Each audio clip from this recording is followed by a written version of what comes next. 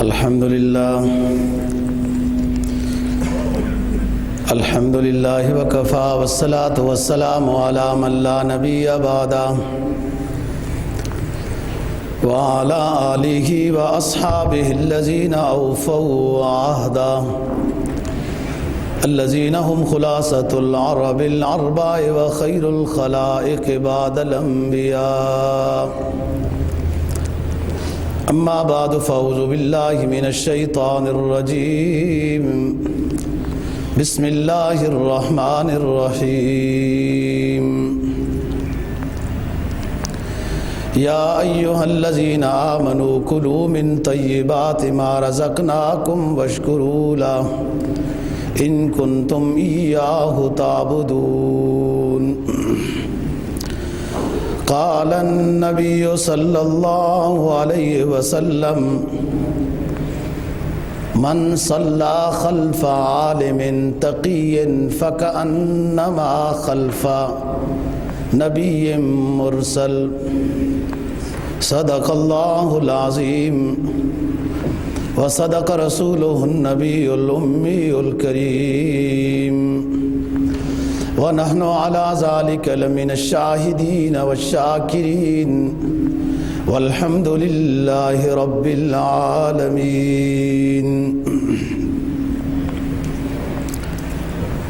سورہ بقرہ دوسرے پارے کی ایک آیت کریمہ اور جناب نبی پاک صلی اللہ علیہ وسلم کا ایک فرمان تلاوت کیا ہے، جس کا مفہوم یہ ہے، اللہ رب العزت فرما رہے ہیں اے ایمان والو، جو میں نے تمہیں رزق دیا ہے ان میں سے پاکیزہ حلال رزق استعمال کرو، کھاؤ،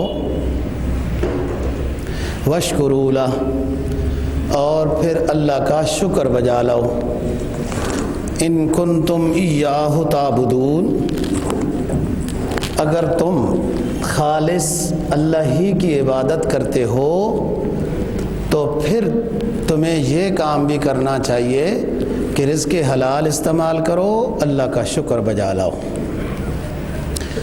جناب نبی پاک صلی اللہ علیہ وسلم کا ایک فرمان تلاوت کیا ہے، جس کو امام زیالی نے اپنی کتاب نصب الرایہ جلد نمبر 2 صفحہ نمبر 26 میں نقل کیا ہے۔ فرمایا نبی پاک صلی اللہ علیہ وسلم نے کہ جس شخص نے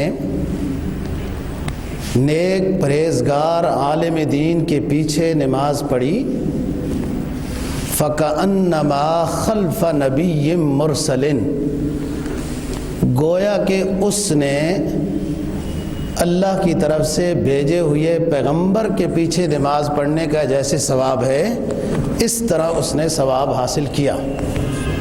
یہ امام زیالی نے نصب الرایہ میں یہ روایت نقل کی۔ تفسیر والے بزرگوں نے سورہ طلاق کی تفسیر کرتے ہوئے ایک حدیث نقل کی، جناب نبی پاک صلی اللہ علیہ وسلم کی۔ آپ نے فرمایا علماء امتی کا انبیاء بنی اسرائیل، میری امت کے نیک علماء اللہ والے، ان کا درجہ آخرت کے لحاظ سے بنی اسرائیل کے انبیاء علیہ السلام کے ساتھ ہوگا۔ فرمایا اے ایمان والو، کلوا من طیبات ما رزقناکم واشکروا لہ، طیب اس رزق کو کہتے ہیں جو حلال ہونے سے اگلے مرحلے میں ہو، حلال بھی ہے، ستھرا بھی ہے، پاکیزہ بھی ہے، اس رزق کو استعمال کرو، پھر اللہ کا شکر بجا لاؤ۔ علماء نے لکھا ہے دوستو کہ رزق حلال کی تاثیر یہ ہے کہ اس کی برکت سے اخلاق حمیدہ انسان کے اندر پیدا ہوتے ہیں، اچھی سوچ پیدا ہوتی ہے، عبادت میں دل لگتا ہے، نماز میں دل لگتا ہے، دعا قبول ہوتی ہے۔ یہ رزق حلال کی خاصیت ہے۔ اس کے مقابلے میں رزق حرام، ظاہر ہے وہ چیز نجس ہے، حرام رزق نجس ہے، اس کی پھر بری تاثیر یہ ہوتی ہے کہ انسان کا عبادت میں دل نہیں لگتا، دعا قبول نہیں ہوتی، مزید یہ کہ دل میں اخلاق کے رذیلہ، گندے اخلاق دل میں پیدا ہونے شروع ہو جاتے ہیں، تکبر، بغض، حسد، ریاکاری، دوسروں کو حقیر سمجھنا، یہ چیزیں دل میں پیدا ہونے لگ جاتی ہیں رزق حرام ہونے کی وجہ سے۔ رزق حلال ہو تو چونکہ وہ خود طیب ہے، پاکیزہ ہے، تو وہ اچھی چیزوں کی طرف لے کے جائے گا۔ دوستو، رزق حلال اتنی اونچی اعلیٰ نعمت ہے کہ آپ یہ سمجھ لیں کہ ایمان کے بعد سب سے اونچی نعمت ہے رزق حلال۔ جب تک نصیب نہ ہو، انسان اس امتحان میں ہے، غربت میں ہے، فقر و فاقہ میں ہے، لیکن اس امتحان میں اپنے آپ کو کامیاب ثابت کرے، ثابت قدم ثابت کرے، رزق حلال کے علاوہ کوئی اور رزق استعمال نہ کرے، خواہ تھوڑا ہی کیوں نہ ہو۔ اس امتحان کے بعد اللہ پاک پھر خوب نوازتے ہیں۔ رزق حلال بہت اونچی چیز ہے۔ دوستو، اللہ کا نظام دیکھیں، کلوا من طیبات ما رزقناکم واشکروا لہ، جو ہم نے تمہیں رزق دیا اس میں سے پاکیزہ رزق حلال استعمال کرو، پھر اللہ کا شکر بجا لاؤ۔ یعنی رزق حلال اونچی نعمت ہے، اس نعمت کے استعمال کے بعد اللہ کا شکر بجا لاؤ۔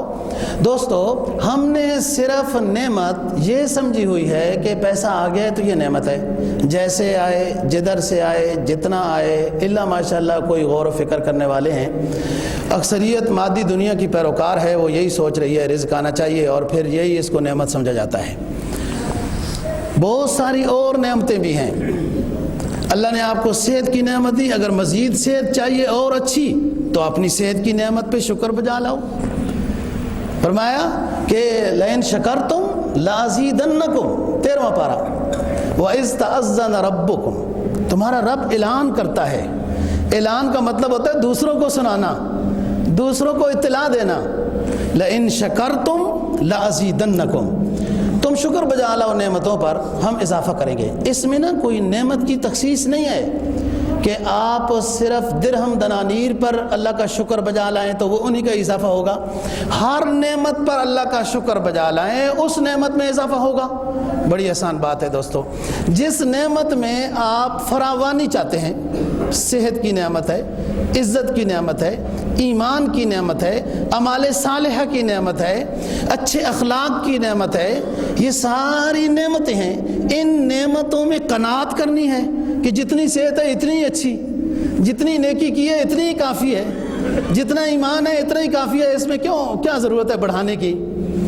قناعت ہے تو ٹھیک ہے، پھر شکر کی ضرورت نہیں۔ لیکن انسان میں جو اللہ نے نعمتیں رکھی ہیں یا دے رہا ہے، ان میں اضافے کا انسان خواہش مند ہوتا ہے۔ تو جس نعمت کے اضافے کی ضرورت ہے، آسان نسخہ ہے، اس نعمت کے اوپر اللہ کا شکر بجا لائے۔ صحت کی نعمت پر، رزق کی نعمت پر، عہدے کی نعمت پر، اور سب سے بڑی نعمت دوستو ایمان ہے، عمل صالح ہے، اس نعمت کے اوپر بھی شکر بجا لائیں، اللہ اور نیکی کی توفیق دے گا۔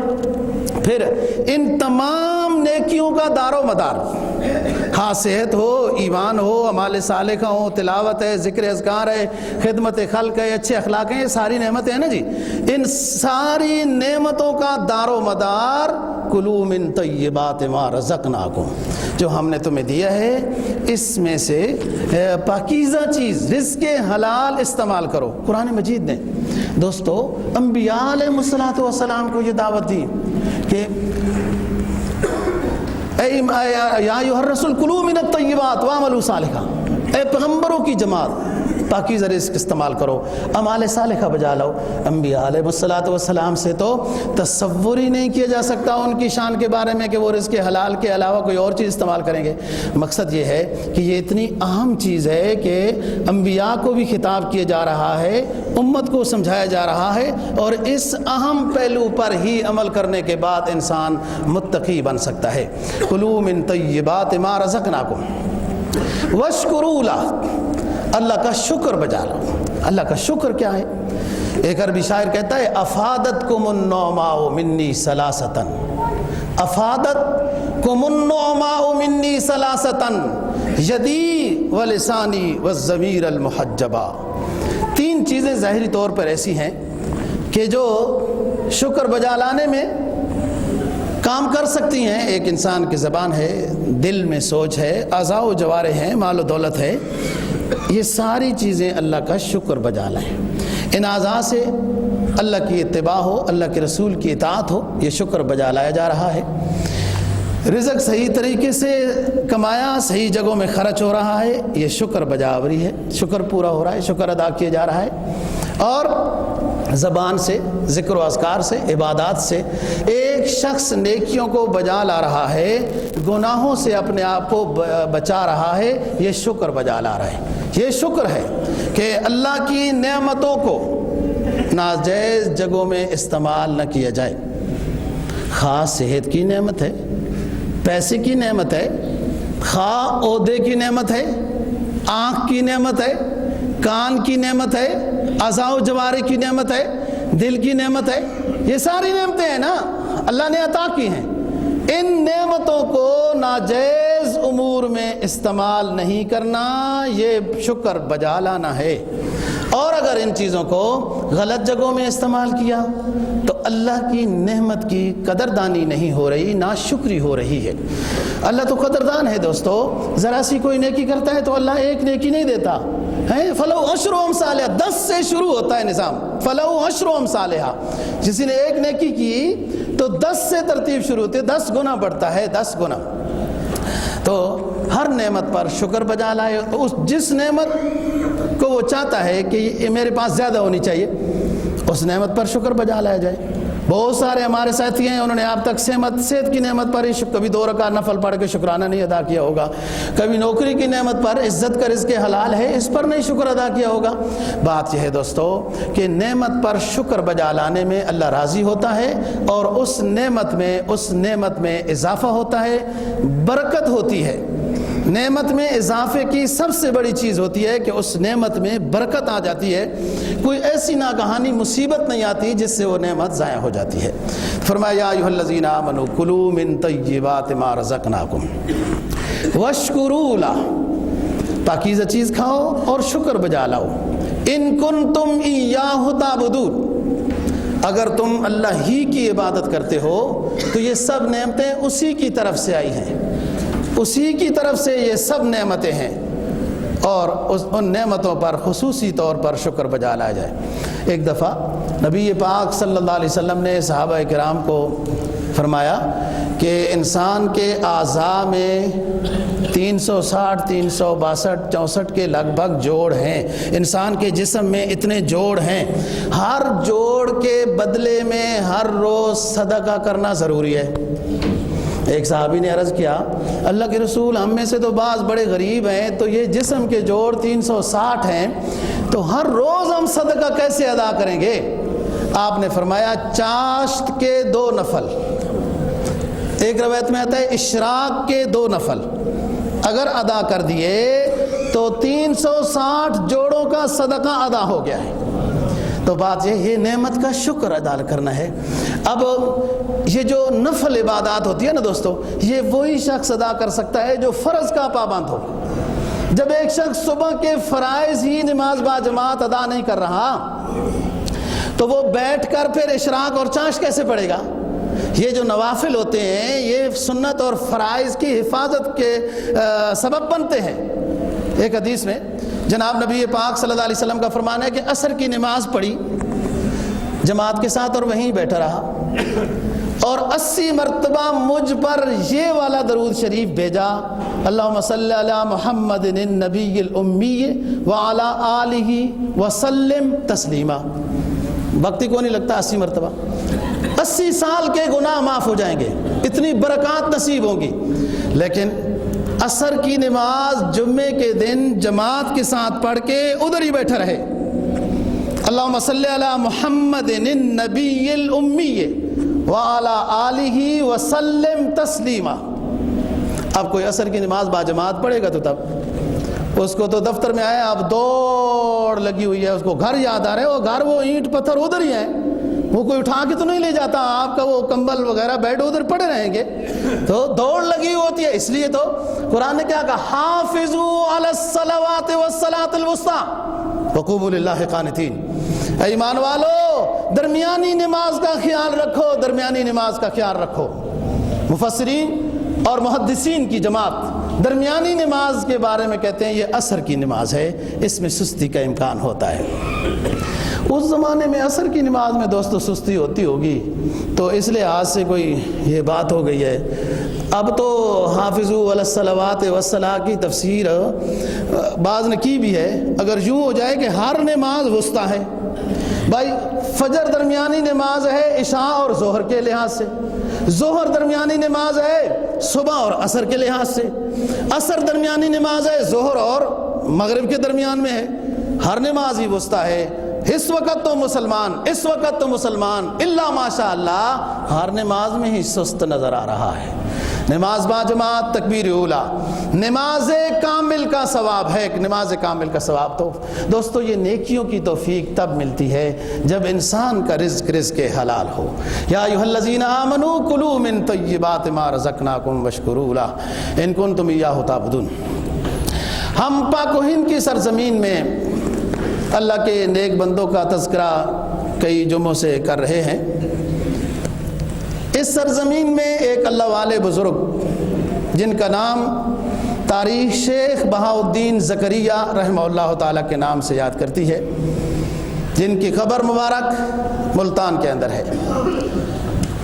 میں پہلے بھی یہ عرض کر چکا ہوں کہ پاکستان اور ہندوستان اور یہ علاقہ جتنا ہے، یہ انڈونیشیا تک اور یہ افغانستان، ان میں بے شک بادشاہ بھی آئے، جہاد بھی ہوا، قلعے بھی فتح ہوئے، لیکن پاک و ہند کے اوپر جو کفر و شرک کا گرد و غبار تھا، اس کفر و شرک کے گرد و غبار کو جھاڑنے والے، دور کرنے والے، توحید و سنت کے چراغ کو روشن کرنے والے یہ اللہ کے ولی نیک لوگ، ان کا اس سرزمین میں کافی حصہ ہے اسلام کے پھیلانے میں۔ انہی میں سے ایک شیخ بہاؤالدین زکریا رحمہ اللہ تعالی ہے۔ اور عجیب تعجب ہے دوستو، ایک تاریخ کے طالب علم ہونے کے لحاظ سے بات کرتا ہوں کہ جس کی تاریخ پڑھی، جس کے حالات پڑھے، تو سمجھ میں آئی بات کہ یہ بھی ماوراء النہر کے علاقے سے آئے، یہ بھی ادھر سے ہی آئے، بخارا سے آئے، سمرقند سے آئے، ترم سے آئے۔ یہ کتنی زرخیز مٹی ہے۔ اسی کو اقبال کہتا ہے، نہ اٹھا پھر کوئی رومی عجم کے لال ہزاروں سے، وہی آب و گل ایران وہی تبریز ہے ساقی۔ مٹی تو وہی ہے، لیکن اب دنیا داری ہو گئی نا جی، تو مٹی بھی کچھ اور مصنوعی کھادوں کی وجہ سے کچھ مصنوعی چیزیں ہی پیدا کرنا شروع کر دی ہیں جن میں تاثیر ہی نہیں۔ یہ اصلاً ان کے دادا سید کمال الدین علی شاہ، یہ مکہ مکرمہ کے ہیں، قریشی ہیں۔ ایک زمانے میں دل چاہا تو یہ خوارزم میں آ گئے تھے۔ خوارزم کی شہرت سنی ہوگی، ہم بات کر چکے ہیں خوارزم کے بادشاہ کی، اور بہرحال پھر اس کے بعد یہ خوارزم سے تقریباً 500 کے لگ بھگ ہجری، 700 کے یہ یہاں آ گئے تھے۔ 500 کے لگ بھگ ہجری میں یہ سید کمال الدین وغیرہ یہ حضرات ملتان میں آ گئے۔ اس وقت یہ علاقے کسی حد تک پرامن معروف تھے، مشہور تھے کہ ان علاقوں نے سن 400 ہجری میں سلطان محمود غزنوی کی جہانگیری اس کی کشور کشائی دیکھی تھی اور اس لحاظ سے یہ فتح حاصل کر چکے تھے۔ یہ کلا کلور کوٹ یا کرور کوٹ، یہ ملتان والے ساتھی جانتے ہوں گے، یہ علاقہ فتح ہوا اور یہاں پر یہ آ کے آباد ہو گئے۔ ان کے ہاں ایک بیٹی پیدا ہوئی اور مولانا حسام الدین یہ ترمذ سے یہاں آ کے آباد ہو گئے تھے، چنگیز کے فتنے سے بچنے کی خاطر یہاں آ گئے تھے۔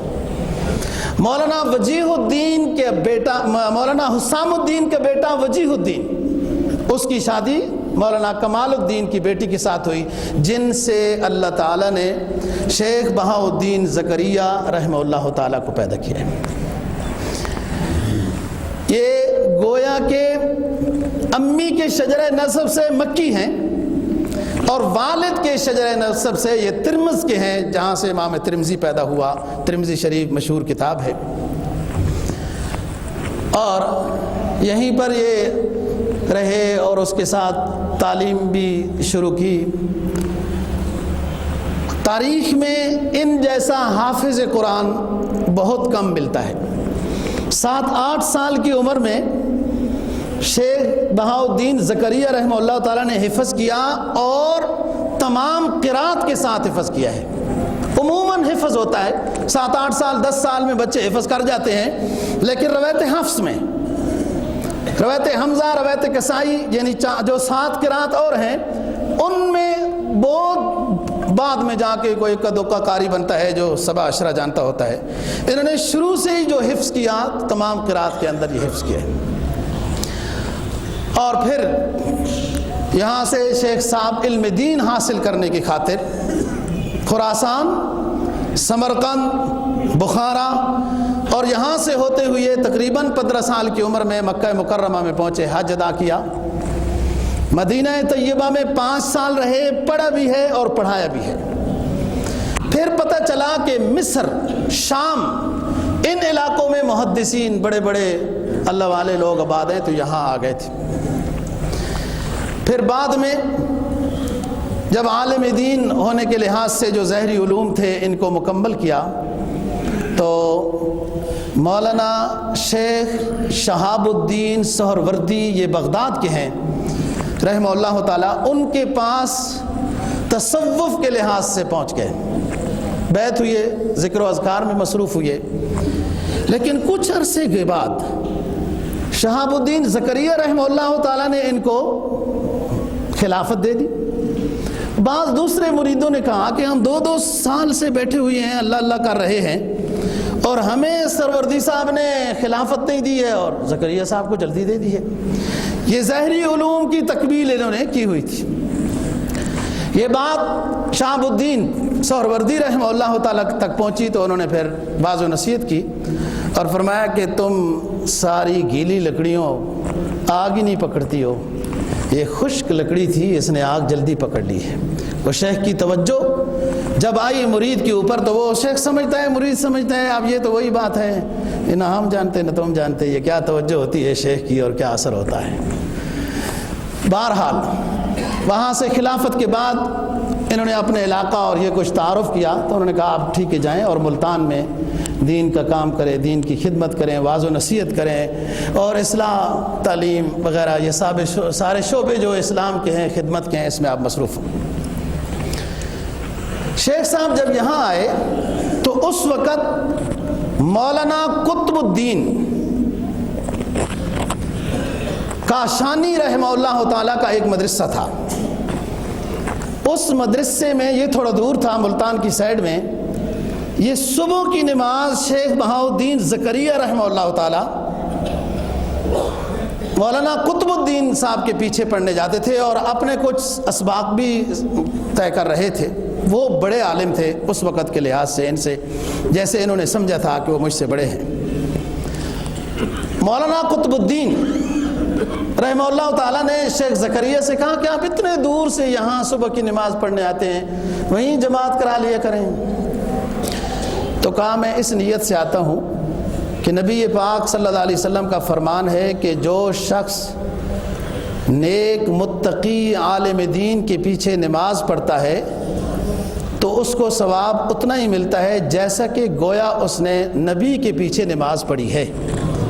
میں اس حدیث کے اوپر عمل کرنے کے لحاظ سے آپ کے پیچھے صبح کی نماز پڑھنے آتا ہوں۔ خاموش ہو گئے، بہرحال آنا جانا رہا وغیرہ، لیکن مولانا قطب الدین اتنے زیادہ تصوف کی طرف مائل نہیں تھے لیکن اتنے زیادہ نہیں تھے۔ کاشغر کا سفر ہوا مولانا قطب الدین کا، تو ان کا وہ جو قلم گھڑنے والی جو چیز تھی اس وقت وہ خراب ہو گئی۔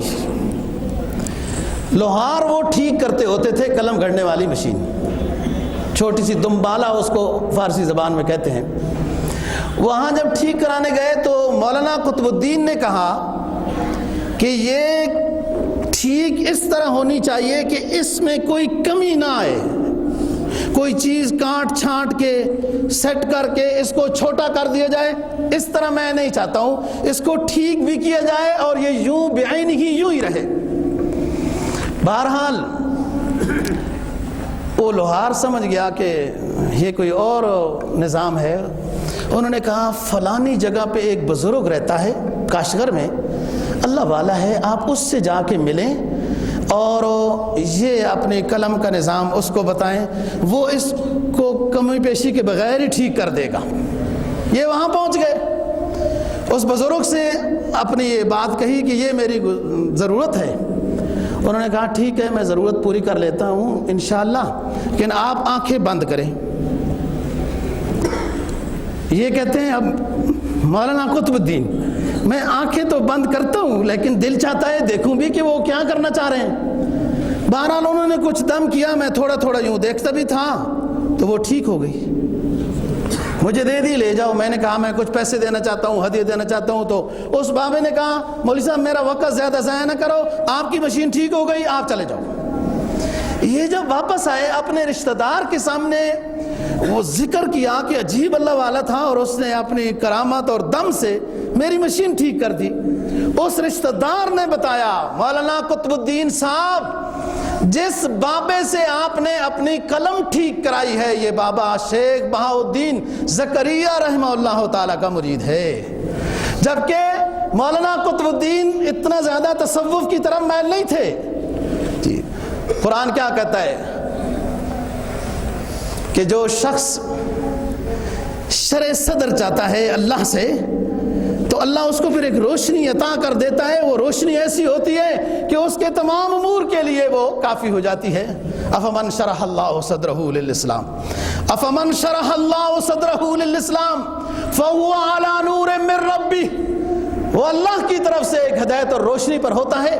اس کے عام حالات کو بھی دیکھ کر لوگ متاثر ہو جاتے ہیں کہ وہ ہر وضعیت میں، اخلاق میں، اٹھنے بیٹھنے میں محمدی نظر آتا ہے۔ اور اسلام کی خوبی تو یہی ہے نا دوستو، اسلام کی خوبی تو یہ ہے کہ مسلمان اپنے اخلاق سے، گفتار سے، کردار سے دوسرے کو متاثر کر دے۔ اقبال کیا کہتا ہے؟ نہ پوچھ ان خرقہ پوشوں کی، نہ پوچھ ان خرقہ پوشوں کی، ارادت ہو تو دیکھ ان کو، ید بیضا لیے بیٹھے ہیں اپنی آستینوں میں۔ تمنا ہو تو کر خدمت فقیروں کی۔ فقیر سے مراد یہ فقیر ہے جو اللہ کے در کا سوالی ہے، یہ فقیر ہے۔ تمنا ہو اگر درد دل کی تو کر خدمت فقیروں کی، نہیں ملتا یہ گوہر بادشاہوں کے خزینوں میں۔ نہ پوچھ ان خرقہ پوشوں کی، یہ پھٹی ہوئی گودڑی والوں کی حقیقت نہ پوچھ، یہ ظاہری گودڑی ان کی پھٹی ہوئی ہے، دل میں ہیرے رکھ کے بیٹھے ہوئے ہیں۔ اللہ اور اللہ کی محبت کے چراغ ان کے دلوں میں روشن ہیں۔ نہ پوچھ ان خرقہ پوشوں کی، ارادت ہو تو دیکھ ان کو، طلب کی نظر میں، عقیدت کی نظر میں، عقیدت کی نظر میں، ادب کی نظر میں ان خرقہ پوشوں کو دیکھ، عقیدت ہو تو دیکھ ان کو، ید بیضا لیے بیٹھے اپنی آستینوں میں۔ فرمایا افمن شرح اللہ صدرہ للاسلام،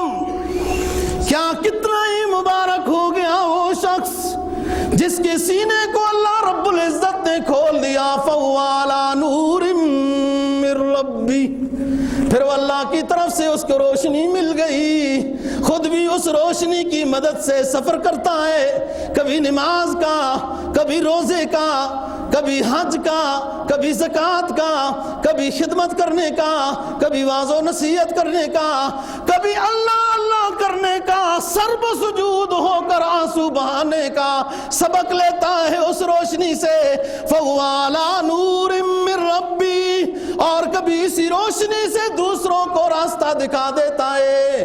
پھر یہ مولانا قطب الدین رحمہ اللہ تعالی شیخ زکریا کے اور ان حضرات کے یہ معتقد ہو گئے، پھر جڑنا اٹھنا بیٹھنا اللہ نے توفیق بخشی۔ دوستو ان اللہ والوں نے بہت کام کیے، دین کی خدمت کے وہ کام کیے جو انسان سوچ نہیں سکتا کہ ان کے اندر اللہ نے صلاحیت کیسے رکھی تھی، یہ سوچ اور فراست کتنی رکھی تھی، کیونکہ حدیث میں آتا ہے نا کہ اللہ پاک نیک بندے کو بہت فراست سمجھ عطا کر دیتے ہیں، کیونکہ یہ سب کچھ عطا ہے اللہ کی، اور اللہ کو جب بندہ چاہتا ہے اللہ راضی ہو جائے تو یہ سب چیزیں ہو جاتی ہیں۔ مولانا کا مدرسہ تھا دوستو، اور اس مدرسے میں درس نظامی ظاہری طور پر پڑھایا جاتا تھا، عربی ادب اور ساتھ فارسی اس وقت رائج الوقت زبان تھی۔ جب بچے عالم بن جاتے تھے تو ان سے پھر پوچھتے تھے کہ ہاں بھائی آپ میں سے کوئی شخص مبلغ اسلام بننا چاہتا ہے، تو وہ اپنے نام لکھوا لے، ہم اس کو پھر تبلیغ کے لیے طریقہ سمجھائیں گے۔ اور اگر کسی کی مصروفیت ہے، گھر جانے کے لحاظ سے اکیلا ہے، کچھ ہے، تو وہ وہاں جا کر اپنے دین کا کام کرے۔ جو بچے عالم دین اپنا نام مبلغین کی فہرست میں لکھاتے تھے تو پھر 2 سال مولانا صاحب اور آپ کے ساتھ جو اور استاد تھے ان بچوں کی تربیت کرتے تھے۔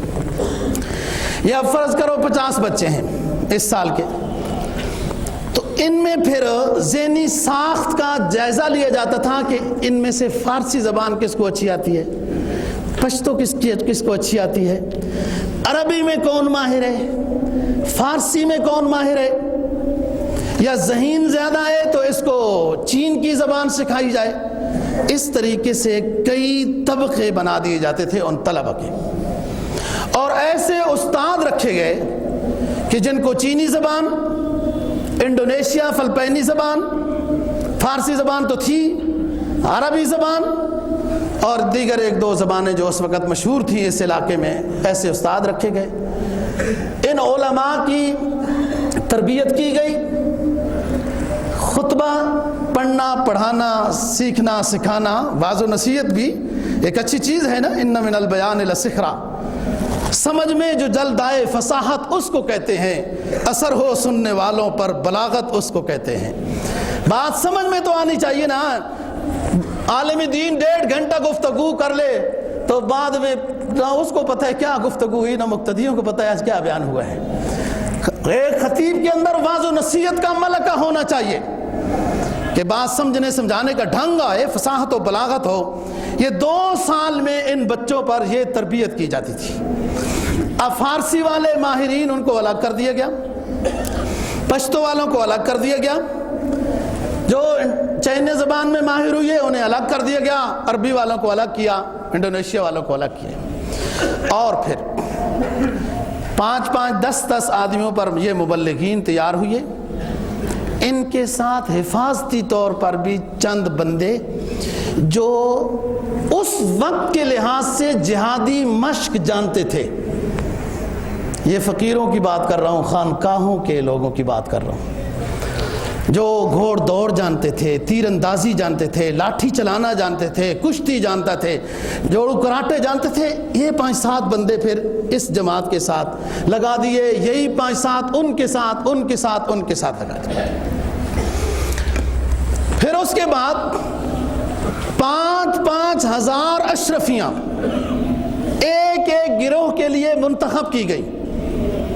5,000 اشرفیاں دوستو، 20 اشرفیاں 7.5 تولہ سونا ہوتا ہے، 20 اشرفیاں 7.5 تولہ سونا ہوتا ہے، بندہ صاحب نصاب بن جاتا ہے۔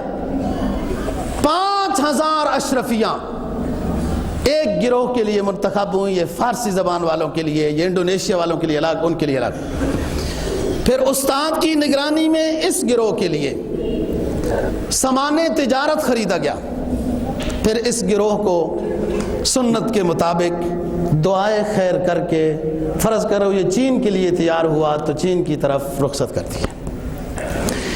یہ پوری ایک جماعت ہے، اور ظاہری طور پر یہ تجارت کرنے والے لوگ نظر آ رہے ہیں۔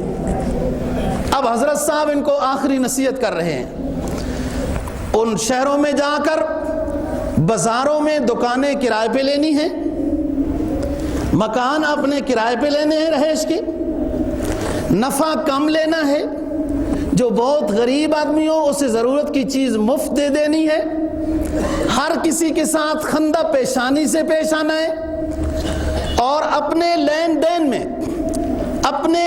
دین میں اسلامی تعلیمات کو 100% نافذ کرنا ہے۔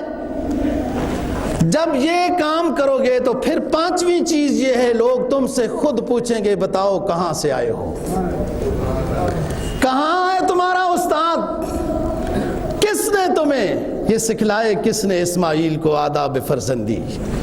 یہ مکتب کی کرامت تھی یا فیضان نظر تھا؟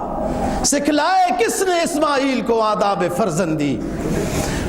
فرمایا جب ان پہلی 4 چیزوں پر عمل کرو گے، کسی پر بوجھ نہیں بنو گے، پیغمبرانہ سنت، لا اسألکم علیہ اجرا، یا قوم لا اسألکم علیہ اجرا، تم سے پیسے تو نہیں مانگ رہا ہوں، بات تو سنو۔ تو پہلی بات یہ ہے کم نفع، دین کی خدمت کے لیے نکلے ہو، اللہ ضائع نہیں کرے گا، رزق دے گا۔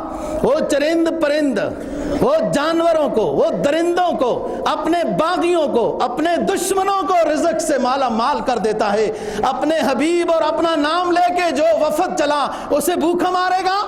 کم نفع لینا، خندہ پیشانی سے پیش آنا، دینی تعلیمات کو 100% اپنے کاروبار میں نافذ کرنا، اور پھر لوگ تم سے خود پوچھیں گے بتاؤ کہاں سے آئے ہو، پھر بتانا۔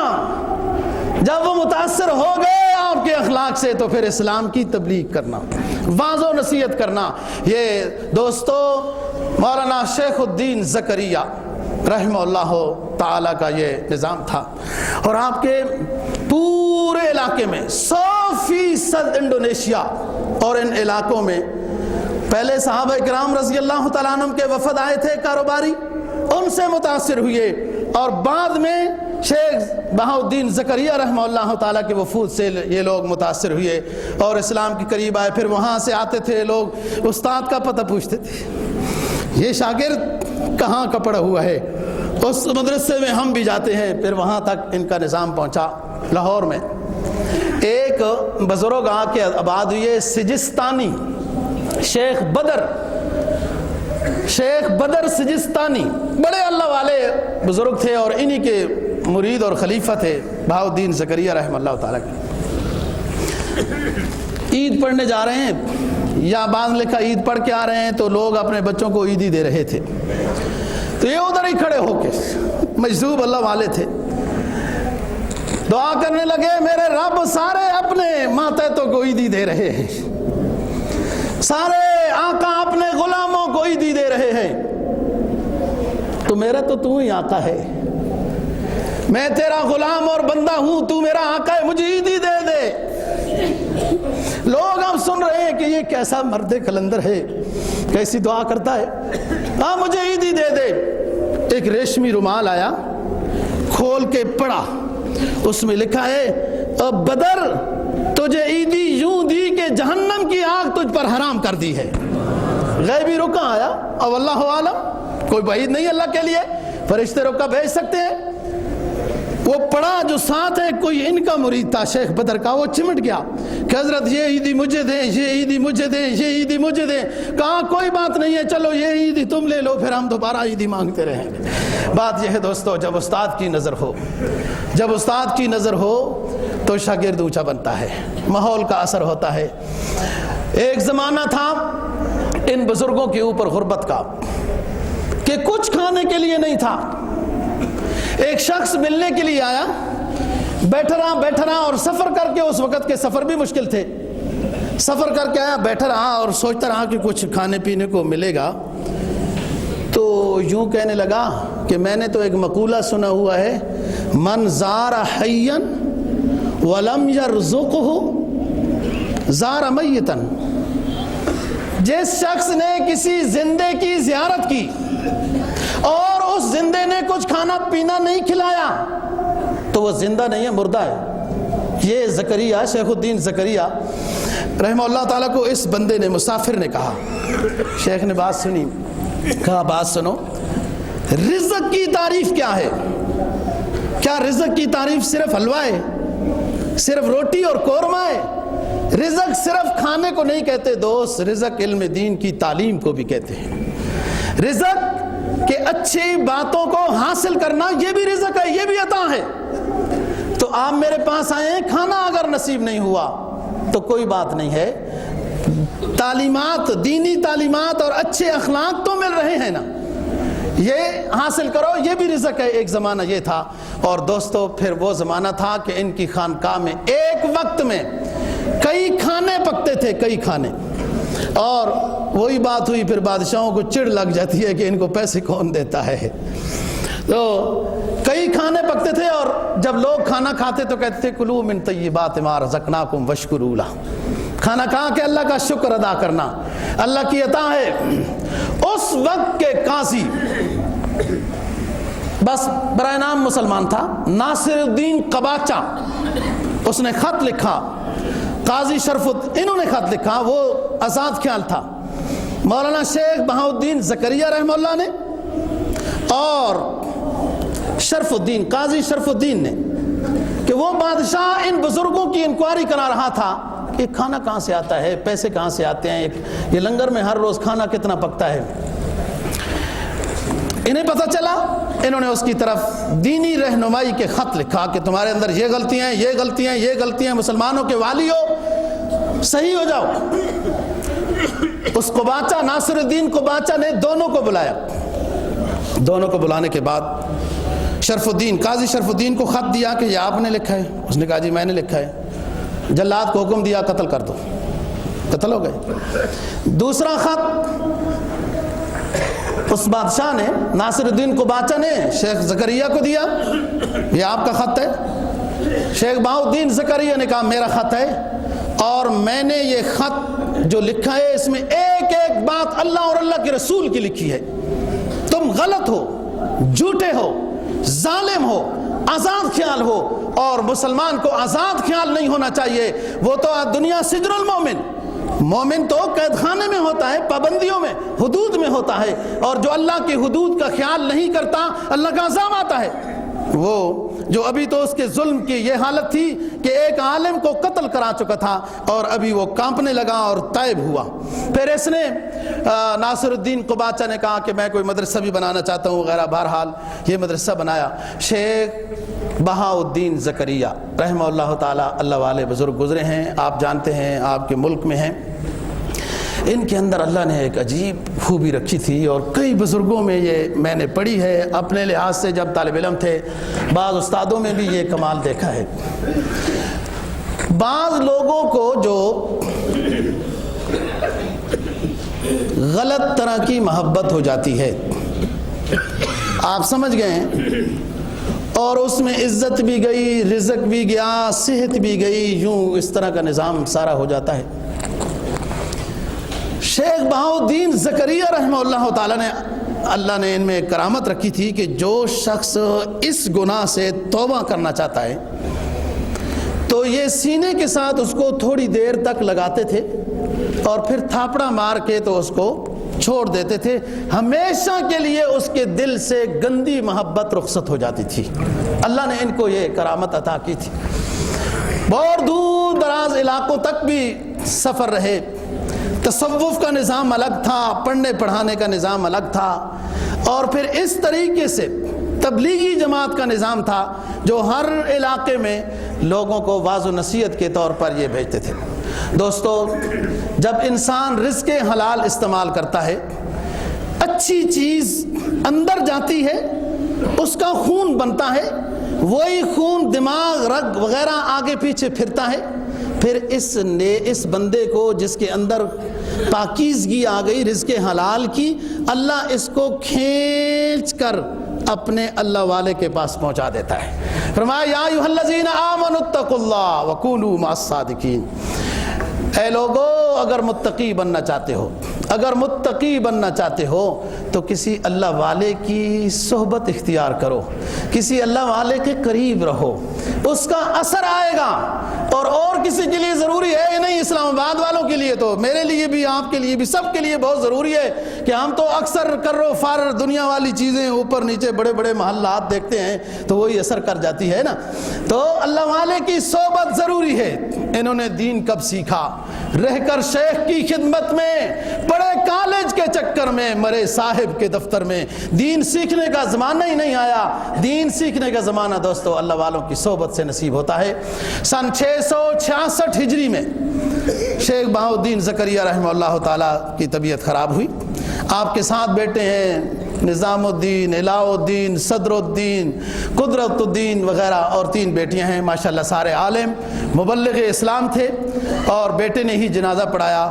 666 ہجری میں دنیا سے رخصت ہو گئے۔ دوستو اللہ تعالی ہم سب کو ان نیک لوگوں کے نقش قدم پر چلنے کی توفیق نصیب فرمائے۔ وآخر دعوانا ان الحمدللہ۔